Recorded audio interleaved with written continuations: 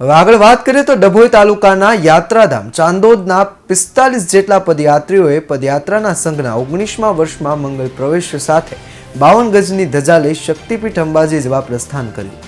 નગરના વારાહી માતા ચોકમાં સમૂહ આરતી તેમજ મલ્હારરાવ ઘાટ ખાતે નર્મદાજીનું પૂજન અર્ચન કરી 52 ગજની ધજા સાથે શોભાયાત્રા નીકળી હતી, જેમાં પદયાત્રીઓ સાથે પરિવારજનો અને નગરજનો મોટી સંખ્યામાં જોડાયા હતા।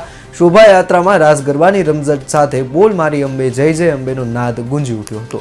પદયાત્રીઓ ડાકોર ખેડબ્રહ્માના ધજા અર્પણ કરી 9 દિવસની પદયાત્રા બાદ અંબાજી ધામ પહોંચી 52 ગજની ધજા અર્પણ કરશે।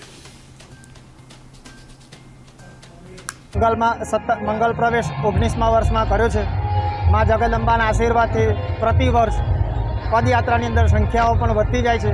ચાલુ વર્ષે 45 જેટલા પદયાત્રી જઈ રહ્યા છે અંબાજી। 10 દિવસે મા જગદંબાના ધામ પહોંચશે અને 52 ગજની ધજા અર્પણ કરશે।